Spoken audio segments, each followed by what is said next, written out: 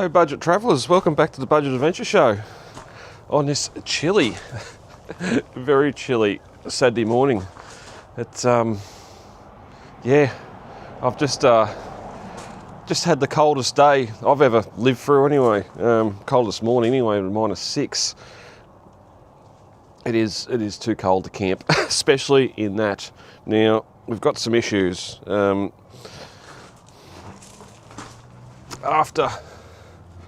Oh, that's locked. I don't have the keys in my pocket. Unfortunately, the Flinders track didn't do anywhere near what I was hoping it'd do, which is a shame. Both videos, part 1 and 2, getting barely over 100 views, didn't they, Rocks? Hey? Didn't they? You're cold, you gotta go back inside. So, we need to shake things up a little bit once again, especially now that the caravan's here. Still going to be doing some little individual trips in the Colorado standalone, but after 10 months of doing the bed in the back of it and getting all that stuff done, we're going to tear it all out and put the seats back in.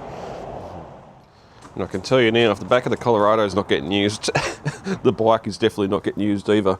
But welcome to the nightmare that is the back of the Colorado. It's been nearly a year. It's been about 10 months since the bed went in, and I think I've slept on it, or slept in the back of the car 5 times, maybe, in that time. It's just, now that we have that, there isn't really any need for that. When we went away on the Flinders trek, it was just like this, just random stuff thrown in the back, no reorganisation, because almost everything was in the caravan. And now, in 2 weeks from the date of this being recorded, we're heading back to Lighton Ridge, and I need to have a seat in it to bring, what would you call them? Niece? To bring a niece back that's camping up there with us as well. So for that, the bed's got to come out, seats are got to go back in, and we need to think about what we're going to do with the Colorado. Even after that Easter trip, having the kitchen and everything on the driver's side, well, it works out when you're in the car by itself, but when you've got the van hooked up and you're going to want the van to stay hooked up, whenever you want to go from that kitchen in the van to the kitchen here, you've got to either sidestep or step over the tow, A-frame tow ball without doing your shins, which have been done, or you've got to walk around the front of the car. Now, the main reason I wanted to put the kitchen and the fridge on this side of the car is because the Colorado's got a 3/4 and a dicky seat in the middle. So on the passenger side, you've got a full seat in the middle seat, and then that folds. And then on the driver's side, you just got a single little seat, which is where the fridge fits, everything fits in there perfectly. To swap it around, and then you're going to have a little dicky seat and more room on the driver's side, it's not going to work. Plus, I've reskinned the doors, so I don't have to remove all that and then have to mirror it to go on the passenger side.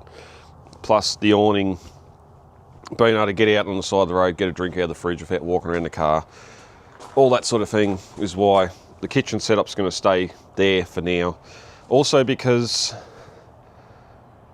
and the real sad thing is, it doesn't matter if it's a $20,000 old wagon, oldish wagon, a 300 series Land Cruiser, a new Prado, any sort of wagon. You look at YouTube, these ultimate camp setups, ultimate 4-wheel drive, ultimate camp setups, and all it is really at the end of the day is a set of drawers at the back and a fridge on a slide, and maybe some battery management there as well. It's just boring. Everyone's got it, it's boring. Plus, you've got your fridge slides, your fridge, your drawers, plus all the shit you got in the drawers. All that stuff is behind the rear axle, which, if you're going to tow, is going to affect your ball weights, it's going to affect how much you can tow, and it's going to affect the stability of the vehicle. Whereas this, the only thing I've got behind there is the head of the bed. There's some butane cans and that under that end of the bed, chair, table, the fold-out table, and a couple of other light aluminium things there. The main weight, the fridge being the heavy thing, is right there in the middle, in front of the axle. All my cooking stuff, pots, pans, cast iron skillet, all that stuff's under the floor there. Again, low to the ground, forward of the axle. And then the battery box on the other side, which isn't heavy, it's only about 19 kilo, I think, 18 kilo, is on the other side. All my power stuff's on the other side. My bag of tent pegs is on the other side. Again, all ahead of the axle. So when I hook up my van, it's got a 150 kilo ball weight, apparently. I'll get the shotgun on you. Bloody crows. Stone the crows. Yeah, the only weight back of the axle is the ball or the tongue on that van, so it's just, yeah, there's no imagination with wagons on how to set things up. Because of the barn door at the back, because of the hatch back on this, you can't put a 270-degree awning or anything on, because every awning I've seen from this back corner has a pole that comes out on an angle, and then another pole that goes out on an angle that way, and it goes straight over the top of your hatch. And the only way you'd be able to do it is to have your door open that high, which, again, not practical. It doesn't open high enough as is without hitting your head under there. So, but anyway, we're going to put the middle seat back in, because I was thinking about putting the middle seats back in to make it a 5-seater again, not put the back row or two in, and then move the fridge and all the kitchen stuff to the back. That way, once it is hooked up to your van, all you have to do is come around, you can open it up, you can access the fridge from that side, or you can access whatever from this side, and just have that rear kitchen set up. But with that fridge in the back, if it goes long ways, you've only got about that much room this side, the side, to put stuff beside it. The battery box won't fit there beside it, and if you put it long ways, well, then you're going to need a slide to get it out, because it's a bit too far to reach into the freezer or see into the freezer to get stuff out. So I think we're stuck. We're stuck with what we got. So anyway, we're going to start clearing all the stuff out of the back. Mattress, everything's going to come out. That'll go out into the space here for storage, where the mice can't get to it and whatever else. Effectively, I'll be able to sleep in it the same as what I did before we took the seats out. The biggest problem there was just head height, because the mattress I've got in is a memory foam. I think it's 10 centimetre plus a little bit of foam on top for a bit of extra comfort. That's just way too thick to be in there. So I want to put the seats back in and just trial having the single bit of foam I got out of a single swag, and then seeing if the air mattress will go on top. That way you can have all that stuff packed away. If you do want to sleep in it, you can set it all up. But in the meantime, when you want to put stuff in the back, you don't have to worry about the diesel heater rubbing up against the side of the mattress, or the sleeping bag getting stuff all smelly and everything else. Or the other big one, putting chairs and stuff back into it after you've been camping and the dew's been set in, or the frost, and everything's wet and everything's touching that bed. So we're going to start pulling some stuff out and putting it back somewhat to what it was a year ago.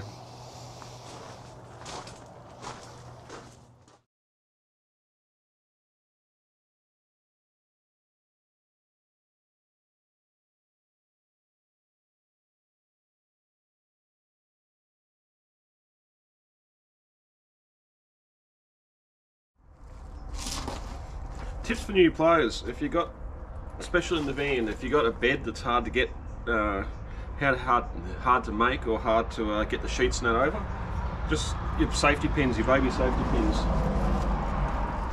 Get your blanket where you need it, and I forgot one. Get your blanket or your sheets where you need it.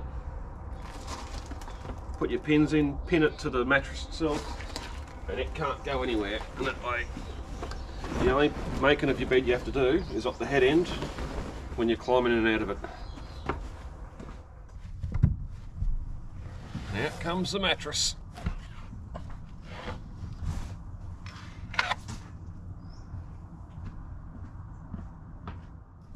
Alright, so now we should be able to just fold our base over.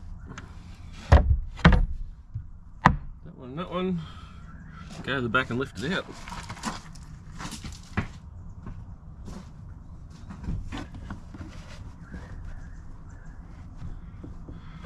is that tight? Ah, because I screwed it in. Because it's one feature I designed to have in here was this hinge on these front legs, a little pin at the back so you could pivot the bottom of the bed up so you can get under it, put stuff under it, because of how close that goes to the back of the boot area, and the plastic interior at the back comes up about 2 inches to stop it being a nice clean access under the bed. So we put this little hinge here, and just a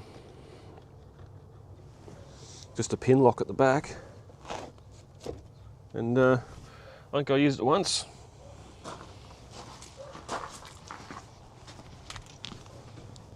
Now we'll see how we go. Undo the pin lock.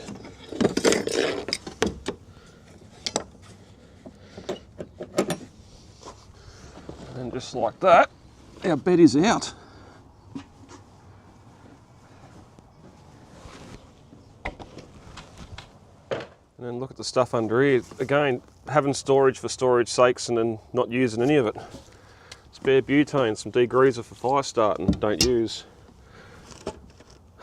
Some cook and dine trays, 2-pack of trays that I probably bought for either the hobo oven or just cooking stuff in the Ozpig, don't use. Spare towels, your spare hose for your My Coolman stuff nets, or whatever uses the little green 1 pound bottles, so you can go directly to a 3 kilo gas bottle. Towels, paper towel and that sort of use. Zip ties, odds and ends. Little folding wood stove I purchased. Never even had fire in it. Again, just something stored. And me stainless utensil rack I made 4 or 5 years ago now. It does get used.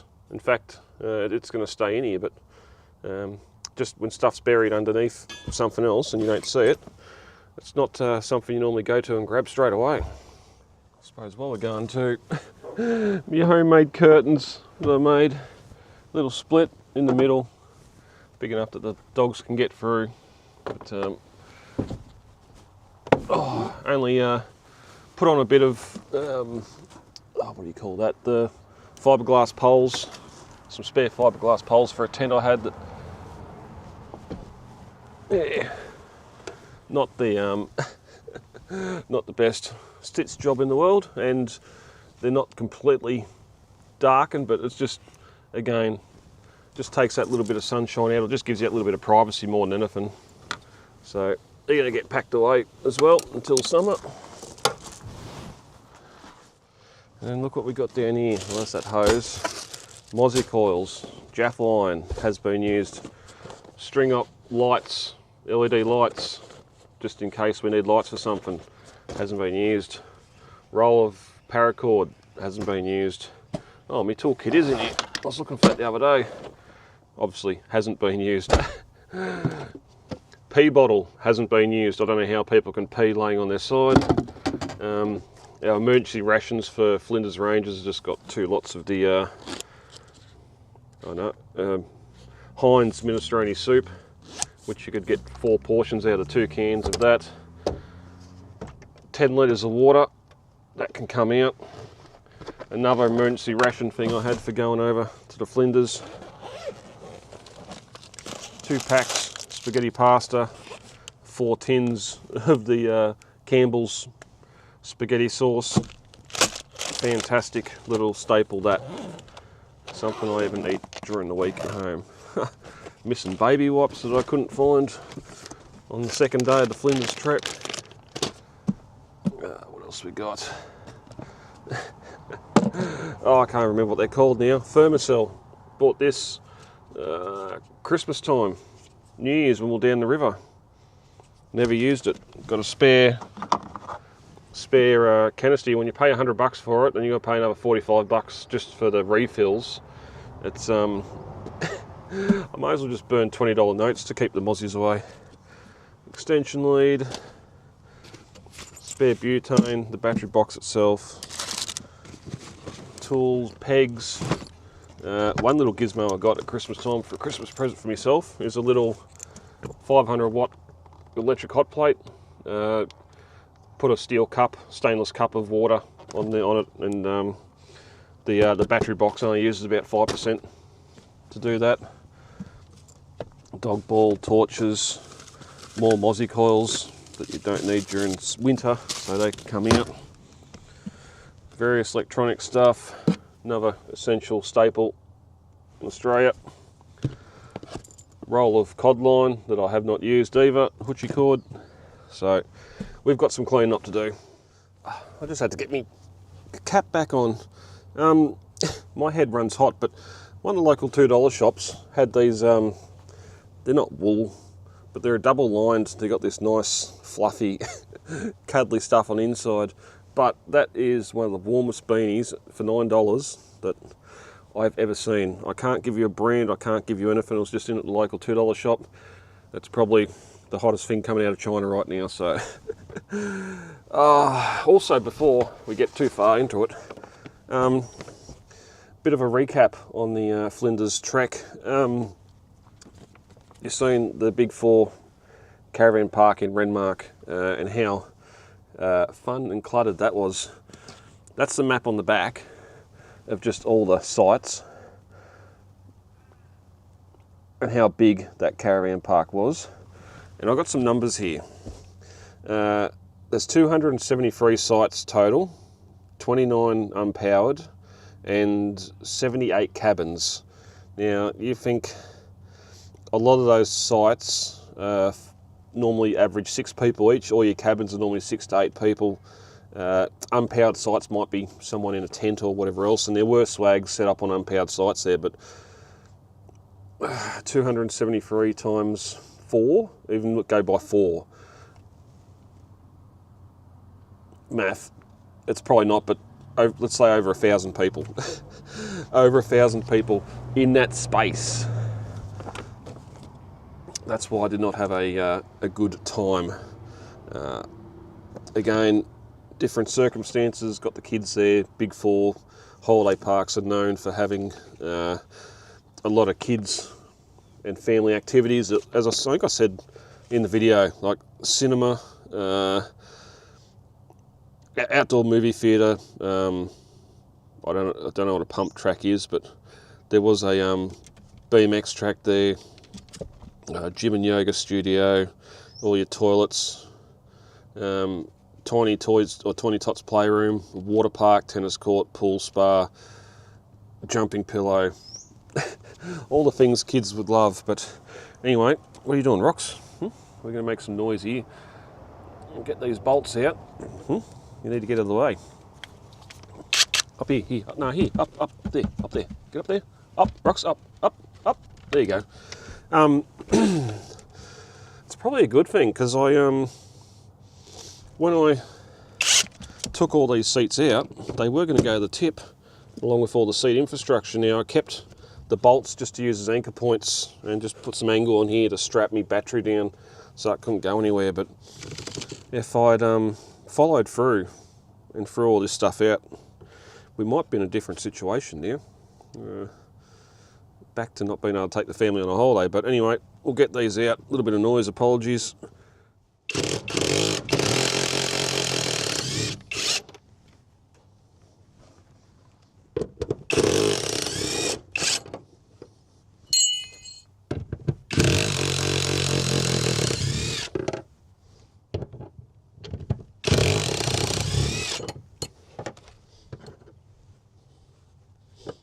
Alright, so they're out. Now, the fun part. Let's go and get this seat and manhandle back in. I might get the my little portable vacuum cleaner out here and clean some of this stuff up here as well while we're going. While I can, before the seat goes back in.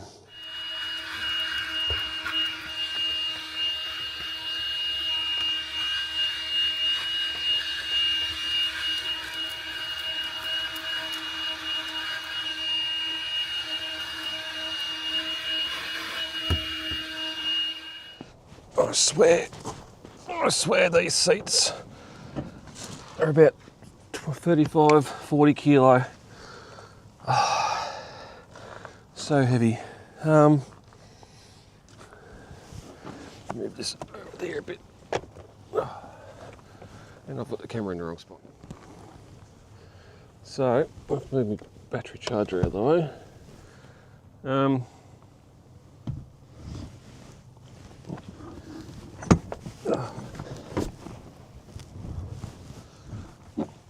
There's our back clip. It's further forward. Oh, this would be helpful with two people.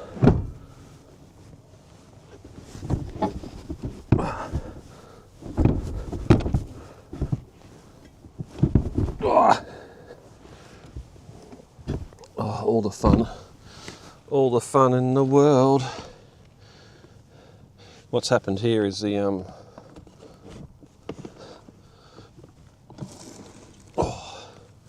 because it's spring loaded, it wants to keep on lifting the.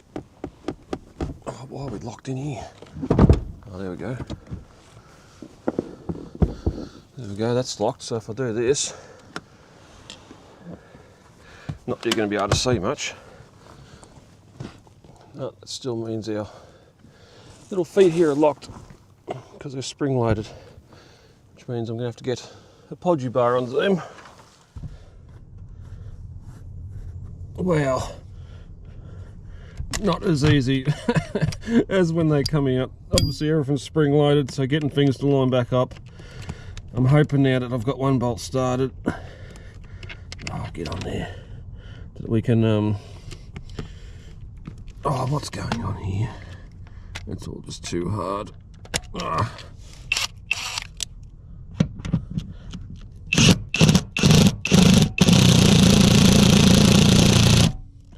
Won't do that up tight yet until we get this other side worked out, but I think now that that's in, we should be able to tip it up and use this one as a locator for the other side. Now it's all everywhere.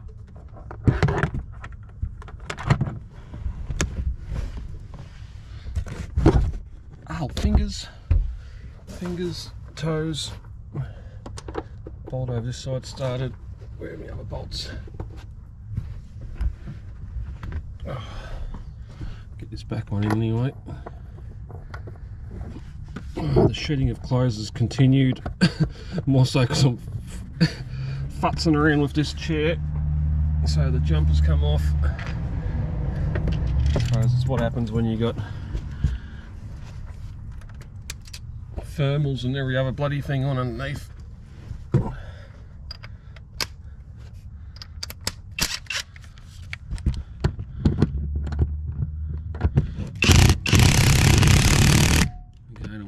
Until we get our front one in, just so we can centralise it.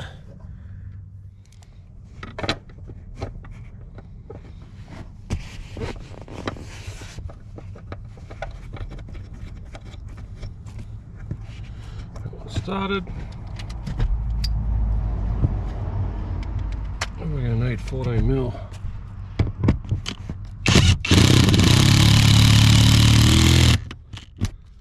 One back up. Oh, socket stay behind. Come here.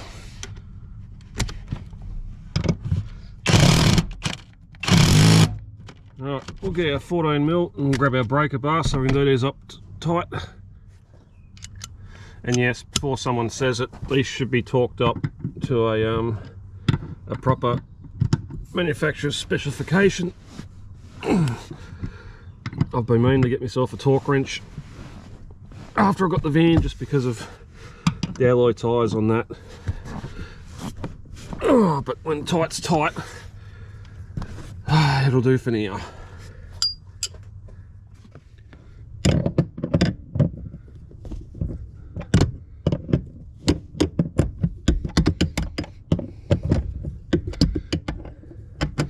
As I was saying, I've been trying to get another video shot camping, but the weather's been pretty adverse for camping, and I have been out. We went out last weekend, done a bit of cray fishing. Again, came in raining Saturday night, Sunday morning, so I had to pack up pretty early, but I didn't film any of that. Unfortunately, my cray videos don't do that well, and with all the hard work that goes into them, It's just something that I prefer to focus on catching and enjoying the trip than having to set up cameras, especially in the boat, because there's nothing steel, so none of your magnetic mounts work.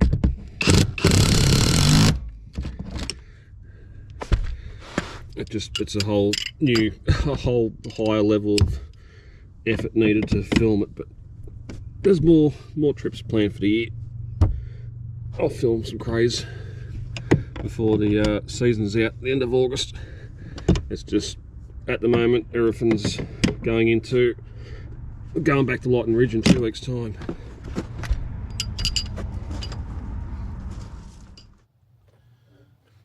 Just like that.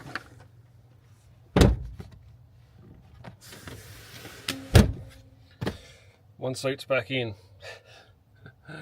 Now I'm gonna have to do some things for the wires here at the back of the fridge, because that's not gonna be able to stay like that. Alright, move the seat forward very slowly. I hate electric seats. I prefer to just pull the lever, have it slide, and be done with it. I don't know how much power this is chewing out of the battery doing this. Come on. Out there. Chopping board out of the way. Pothole's getting bigger. So basically what we got here is our I can stay there. I can't even get in there. Oh, and it's as far forward as everything goes.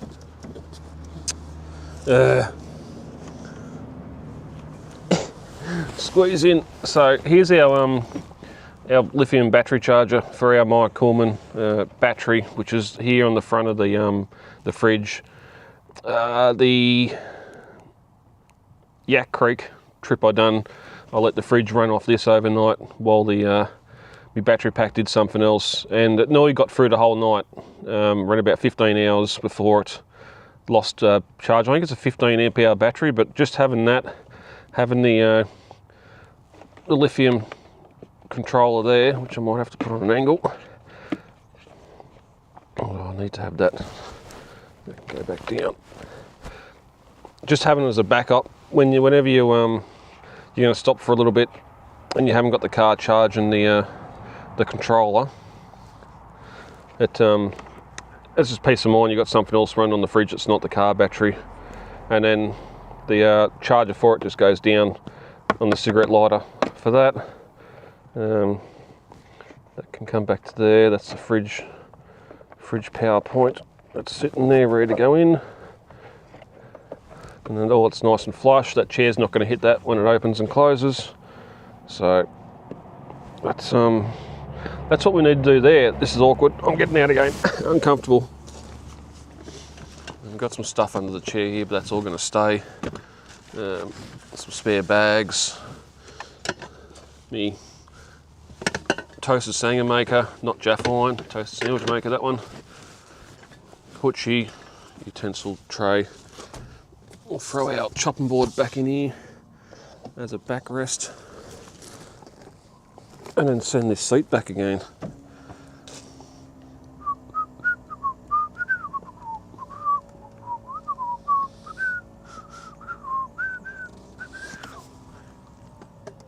Back to there.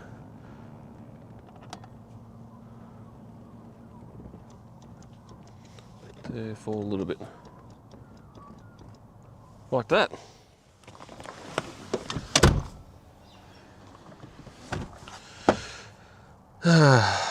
At the end of the day, with the extra weight this seat is putting back in, I'm losing all this space where the seat is that I had my battery, all my electronic stuff, some spare tarps and that sort of stuff behind there.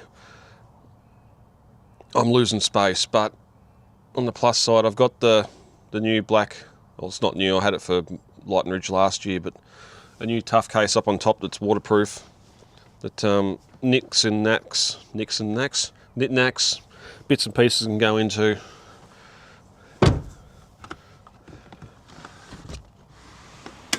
At least it'll stop me fridge from disappearing over this way now. Oh. I need to get some proper tie downs for that fridge.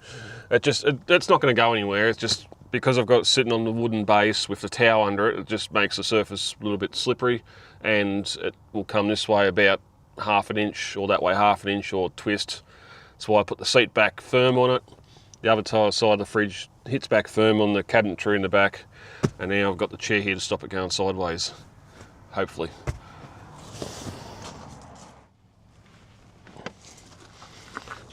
We'll get our passenger utility and accessory centre and Roxy dog bed all put back in.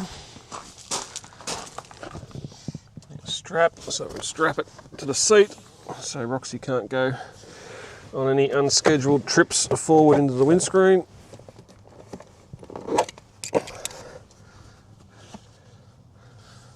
Strap.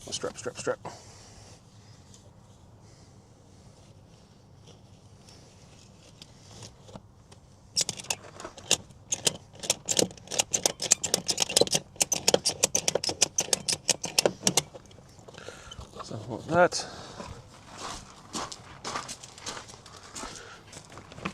That's it. And for our wet bag, or dry bag back in there, torch back in there, and binoculars back in there, camera charging gear can go in there for now, mints can go in there for now, and we've got our some spare camera stuff. Hang that towel over the end of that steel so it doesn't cut.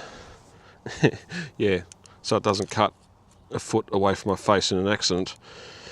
If I go arse over head and this is coming towards me, then it's probably the last thing, or the least thing I'm worried about or need to be concerned about, because we're going for a ride, Dr. John's. Hold on to your potatoes. And luckily for the back seat, there's no hinging or pivoting involved. Oh, there's been dust coming up through that hole. It's all powdery. Also lucky, when I went to, when I was going to put this, when I pulled this seat out, I was actually going to extend this wooden frame over a little bit to allow more space in there, but decided not to because I didn't want to narrow a bed. So we probably had a win there. Otherwise I'd have to edit all, or change all this and get this out of the way.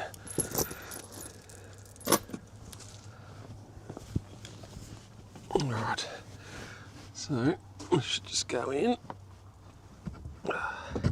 Oh, fingers. Jammies.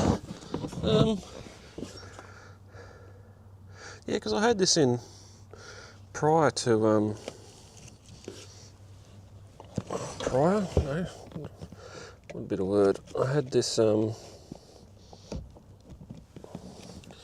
side's in, it needs to be up at the front. We'll pull out little, there we go, get that to go up. Yeah, we had the, had that wooden frame in before we had the seats out, so where that bolt went, where'd the bolt run off to? Oh. Run away, bolt. We love you just the way you are. Run away, bolt. We're sorry things went too far. I know, Simpsons did it. Alright. Oh, there it is. It went all the way to the front. Of course, when a bolt goes for a run, it goes as far as it possibly can. So all our little spiky locators are in. Get these threads started a couple of turns, as you should always do before you put any power tool onto it.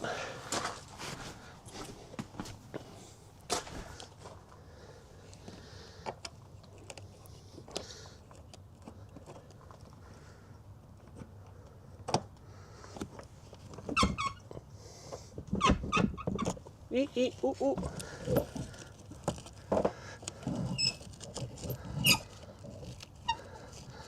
Oh, that's good for the ears. I don't know how much that's coming across on the camera, but Boy howdy. There. There. Right.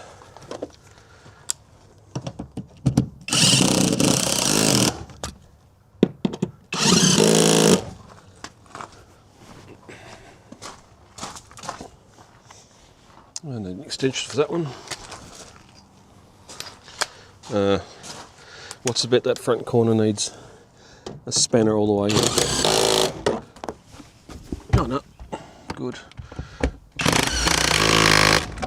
And that's our back seat back in. Back seat's back, all right. All right, I'll pop this seat forward again. Now we have our bed back as it was before we started all this. So, from memory in the past too, having the power box back here, the mattress would have to go up over it. Meant you had your feet elevated. So for the foreseeable future, that's going to stay on that middle seat. If no one's with me, it might go down on the floor where the feet go for that front seat, your footwell. And I can put some other stuff here. I can still put some stuff under the back of that seat and all our stuff in the crate. So that is us putting seats back in the Colorado. 2 steps forward, 1 step backwards. Alright, well, I've just got some random stuff to clean up now. Clean the last of this stuff out and start working on what's going back in and what can go into the van. Basically, anything I'll need for just a single overnight away. Cooking wise, will still be in here. There's enough room there. I can drop that chair, swag, stretcher. I know I joked earlier about no creativity with rear kitchen setups, but I'm going to join the no creativity side of things with camping. 99.9% of blokes that go camping in a twin cab ute or 4-wheel drive or wagon, swag on a stretcher out under the awning.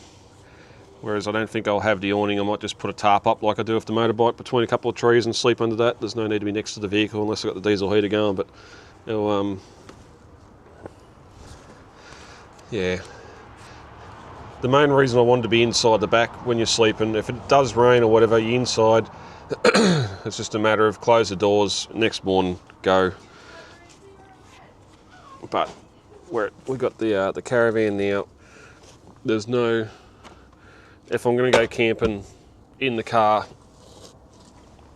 it's going to be a fine weather event.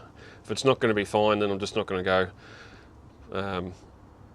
That's what the caravan's for. The caravan's for all weather. It's set up for all weather camping. Now the diesel heater's in it, so that is what that is going to be used for moving forward.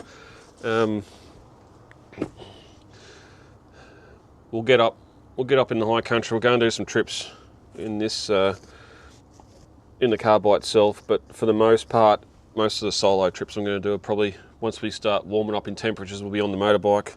Since I've got gear coming out of my ear holes for that isn't getting used.